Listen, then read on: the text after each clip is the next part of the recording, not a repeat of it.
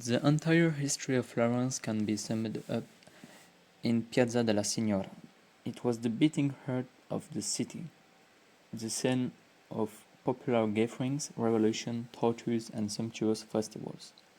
In 1299, the Florentines decided to build a palazzo to house the government bodies of the Republic, as well as a building representing the power of the Republic in the city. The Palazzo Vecchio is the more characteristic building in the square, built like a castle with a 94-meter high tower. The statue of Cosimo de' Medici, 1594, by Giambologna is impressive for its perfect proportions. The Fountain of Neptune was created in the 16th century by Amanati and Giambologna.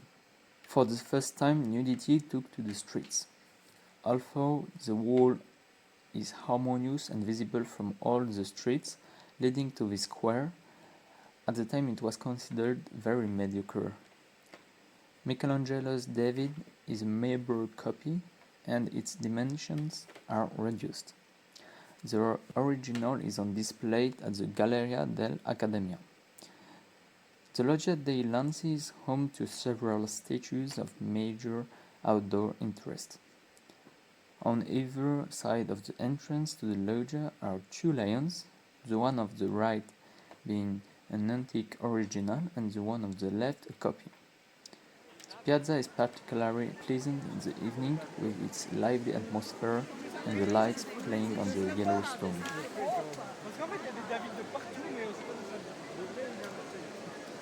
Basilica of Santa Croce. Built in the 13th century, Santa Croce contains numerous tombs of illustrious figures, Michelangelo, Machiavelli, Ghiberti. With its neo-Gothic white marble facade, the church is very wide, simple and rigorous in style, and topped by a magnificent wooden roof structure in keeping with the tradition of the mendicant orders.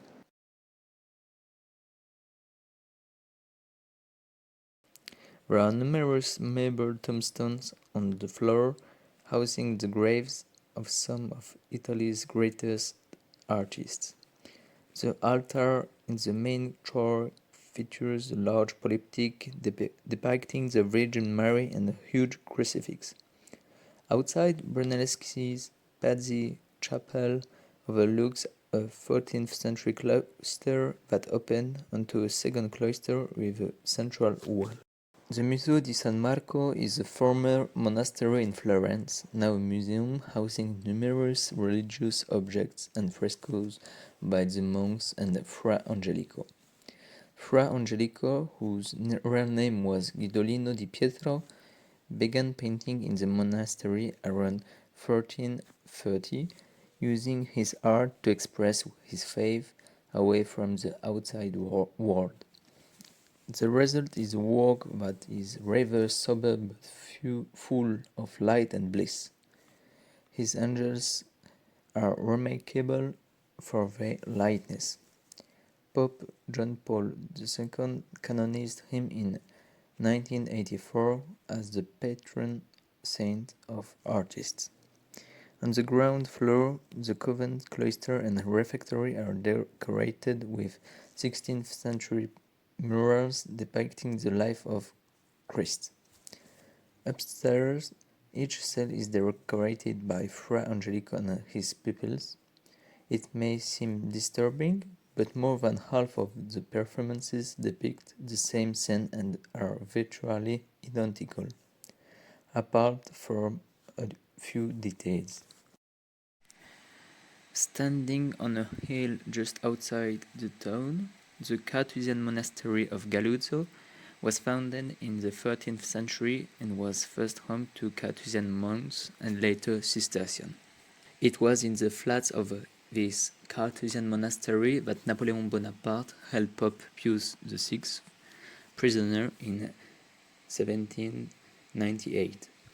One of the most significant parts of the monastery is the church dedicated to San Lorenzo, with its typically Mannerist architecture, rich in frescoes and paintings, a sumptuous 16th century marble altar, and a crypt containing numerous ancient tombs, mainly those of the Acciaioli family. The church leads to the late Renaissance cloister, adorned with a large wall which opens into the cells, some of which are open to the public. The center of the large cloister is partly occupied by the monks' cemetery.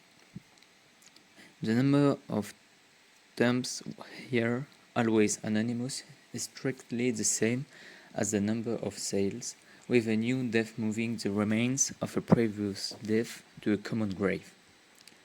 The arcades of the gallery are decorated with Alla Robiana portrait medallions. The Carthusian monastery housed 18 monks in identical Spartan little house with a small garden. I hope you enjoyed the video. Thank you for watching and listening.